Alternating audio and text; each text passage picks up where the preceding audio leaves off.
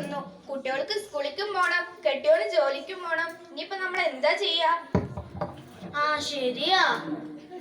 ചേച്ചി, ഏതാ ഈ ഹിബയുടെ വീട്? ആ കാണുന്നതാണ് ഹിബയുടെ വീട്. അല്ല കുട്ടിയെ, ഇത് ഏതാ? അന്നെ ഇതിനു മുമ്പ് ഇവിടെ കണ്ടിട്ടില്ലല്ലോ. ഞാൻ UP പഠിക്കുന്ന കുട്ടിയാ. ഇന്ന് ഇവിടെ വെച്ചാൽ ഞങ്ങളുടെ പഠനോത്സവം. അപ്പോ ഹിബയുടെ കൂടെ പോവാന്ന് കരുതി. ആ ഇതാ വരുന്നു ഹിബ. അല്ല ഹിബ, അന്റെ വീട്ടില് കിണറ്റില് വെള്ളമൊക്കെ ഉണ്ടോ? ഉണ്ടെങ്കിൽ 2 കുളം ഞങ്ങൾ എടുക്കണ്ട് കേട്ടോ. കിണറ്റിന്റെ അടിയിൽ ഇത്തിരി വെള്ളമുണ്ട്. മോട്ടർ അടിക്കാനൊന്നും പറ്റിയിട്ടില്ല. കോരി എടുക്ക. താത്ത വേഗം പോയി എടുത്തോളൂ. ഉമ്മ പഠനോത്സവം കാണാൻ വരാനിരിക്കുക.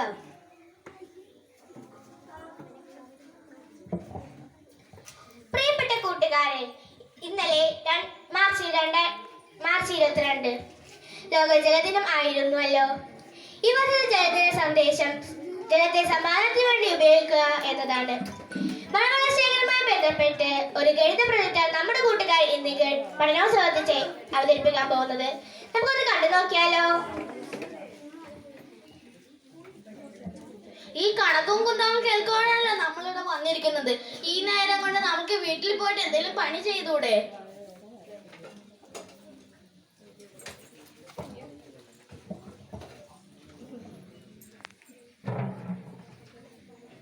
പ്രിയമുള്ളവരെ, ഇത് മാർച്ച് മാസം. നിങ്ങൾ എല്ലാവരുടെയും വീട്ടിൽ ആവശ്യത്തിന് വെള്ളം ലഭിക്കുന്നുണ്ടോ?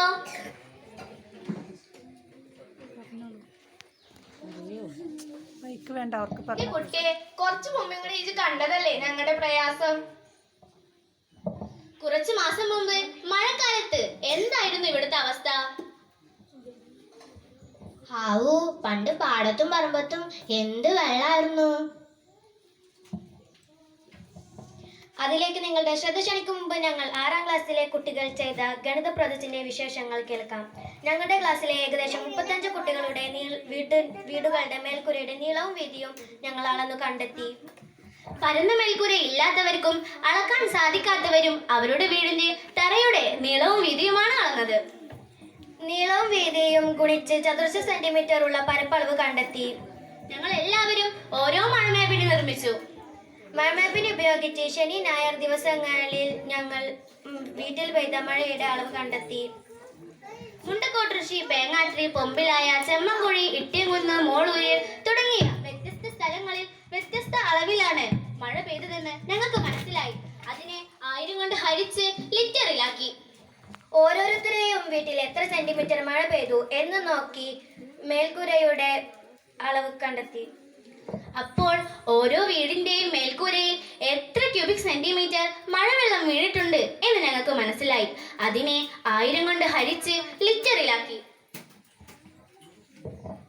എടി, വലിയ പെരയും കയറ്റി കുട്ടികളാണെങ്കിൽ അന്യ നാട്ടിലുമാണ്. എന്നിട്ടും ഇത്ര കാലമായിട്ട് നമ്മൾ മഴവെള്ളം ശേഖരിച്ചില്ലല്ലോ. ആടി, ഞാനും വലിയ പേരൊക്കെ കയറ്റി. ഇനി മഴക്കാലാവട്ടെ, നമുക്കും ശേഖരിക്കാം. എന്റെ വീടിന്റെ മേൽക്കൂരയിൽ ആ 2 ദിവസം 5000 ലിറ്റർ മഴ പെയ്തു. എന്റെ മേൽക്കൂരയുടെ പരപ്പളവ് 8 ലക്ഷം സെന്റിമീറ്റർ. ആ 2 ദിവസം ഞങ്ങളുടെ അവിടെ പെയ്തത് 7 സെന്റിമീറ്റർ മഴ. അപ്പോൾ 5600 ലിറ്റർ വെള്ളം ഞങ്ങൾ പാഴാക്കി കളഞ്ഞു. കേരളത്തിൽ 220 സെന്റിമീറ്റർ മഴ വർഷിക്കുന്നുണ്ട്. അപ്പോൾ എൻ്റെ വീട് മാത്രം പരിഗണിക്കുകയാണെങ്കിൽ 1,76,000 ലിറ്റർ ഞങ്ങൾ പാഴാക്കി കളഞ്ഞു. ഇവിടെ ഇരിക്കുന്ന ഓരോരുത്തരുടെയും വീട് പരിഗണിക്കുകയാണെങ്കിൽ എത്ര ലിറ്റർ വെള്ളം നമ്മൾ പാഴാക്കി കളയുന്നുണ്ട്? അത്രയും വെള്ളം ഒഴുകി പോകുമ്പോൾ നാം വീട്ടാവശ്യത്തിന് വേണ്ടി കിണറിലെയും പൈപ്പിലെയും വെള്ളം നാം ഉപയോഗിച്ചു കൊണ്ടിരിക്കുന്നു. ഇവിടെ പെയ്ത വെള്ളം ശാസ്ത്രീയമായി ശേഖരിച്ചിരുന്നുവെന്നെങ്കിൽ പൈപ്പിന്റെ ചോട്ടിൽ കടന്ന് ഈ അമ്മമാർക്ക് വഴക്കിടേണ്ട വല്ല ആവശ്യവും വരുമായിരുന്നോ? സൈനബ താത്താക്കും ശാരദ അമ്മയ്ക്കും വിഷമിക്കേണ്ട വല്ല ആവശ്യവും ഉണ്ടാവുമോ?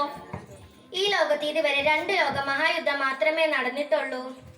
3ാമതായി ലോക മഹായുദ്ധം ഉണ്ടെങ്കിൽ തന്നെ അത് വെള്ളത്തിന് വേണ്ടിയാണ് എന്നാണ് മുമ്പുള്ളവർ പറഞ്ഞിട്ടുള്ളത്.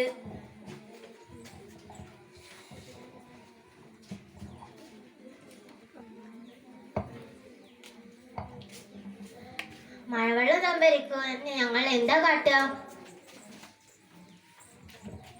വാർഡ് മെമ്പർ വന്നിട്ടുണ്ടല്ലോ. കുട്ടികളെ, നിങ്ങൾ ചെയ്ത പ്രൊജക്റ്റ് ഒക്കെ ഞാൻ കണ്ടു. നിങ്ങൾ ചെയ്തത് നല്ലൊരു കാര്യമാണ്. ഈ പ്രായത്തിൽ നിങ്ങൾ ഇങ്ങനെയൊക്കെ ചെയ്തത് നല്ലൊരു പ്രവൃത്തിയാണ്. പ്രിയമുള്ളവരെ, നമ്മുടെ ഈ കുട്ടികൾ ഇവിടെ അവതരിപ്പിച്ച ഗണിത പ്രൊജക്ട് നമ്മുടെ കണ്ണ് തുറപ്പിക്കുന്നതാണ്. ഓരോ മഴക്കാലത്തും എത്രമാത്രം വെള്ളമാണ് ഉപയോഗിക്കപ്പെടാതെ ഒഴുകി പോകുന്നത്. അതിന്റെ ചെറിയൊരു ഭാഗമെങ്കിലും ശേഖരിക്കാൻ നാം ശ്രമിച്ചിരുന്നുവെങ്കിൽ ഈ വരൾച്ച കാലം നമ്മെ ഇത്രമാത്രം പ്രയാസപ്പെടുത്തില്ലായിരുന്നു. ഏതായാലും അടുത്ത പഞ്ചായത്ത് മീറ്റിംഗിൽ ഇക്കാര്യം വേണ്ടപ്പെട്ടവരുടെ ശ്രദ്ധയിൽപ്പെടുത്തുന്നുണ്ട്. അടുത്ത മഴക്കാലത്തിന് മുൻപ് തന്നെ നമ്മുടെ എല്ലാവരുടെ വീടുകളിലും മഴവെള്ളം ശാസ്ത്രീയമായി സംഭരിച്ചു വെക്കാൻ സാധ്യമാകും വിധം ജലസംഭരണികൾ നിർമ്മിക്കാൻ എന്നാലാവും വിധം ഞാനും പരിശ്രമിക്കുമെന്ന് ഞാൻ നിങ്ങൾക്ക് ഉറപ്പു തരുന്നു. മഴവെള്ളം സംഭരിക്കുക, അതാണ് ഞങ്ങളുടെ സ്വപ്നം. നിങ്ങൾ വിഷമിക്കേണ്ട, അടുത്ത പഞ്ചായത്ത് മീറ്റിംഗിൽ തീർച്ചയായും നമുക്ക് ശരിയാക്കാം. പ്രിയപ്പെട്ട അമ്മമാരെ, നാട്ടുകാരെ, ഞങ്ങൾ ചെയ്ത ഈ പ്രൊജക്ട് നിങ്ങൾക്ക് ഉപകാരപ്രദമായി എന്ന് ഞങ്ങൾ വിശ്വസിക്കുന്നു. ഈ പ്രൊജക്ട് ചെയ്യാൻ ഞങ്ങളെ സഹായിച്ച ഞങ്ങളുടെ എല്ലാ അധ്യാപകർക്കും, പ്രത്യേകിച്ച് ഞങ്ങളുടെ ഗണിത അധ്യാപികയ്ക്കും, ഇത് ചെയ്യാൻ ഞങ്ങളുടെ കൂടെ നിന്ന ഞങ്ങളുടെ കൂട്ടുകാർക്കും, ഇതുവരെ ഞങ്ങളെ ശ്രവിച്ച നിങ്ങൾ ഓരോരുത്തർക്കും നന്ദി അർപ്പിച്ചുകൊണ്ട് നിർത്തുന്നു. നന്ദി, നമസ്കാരം.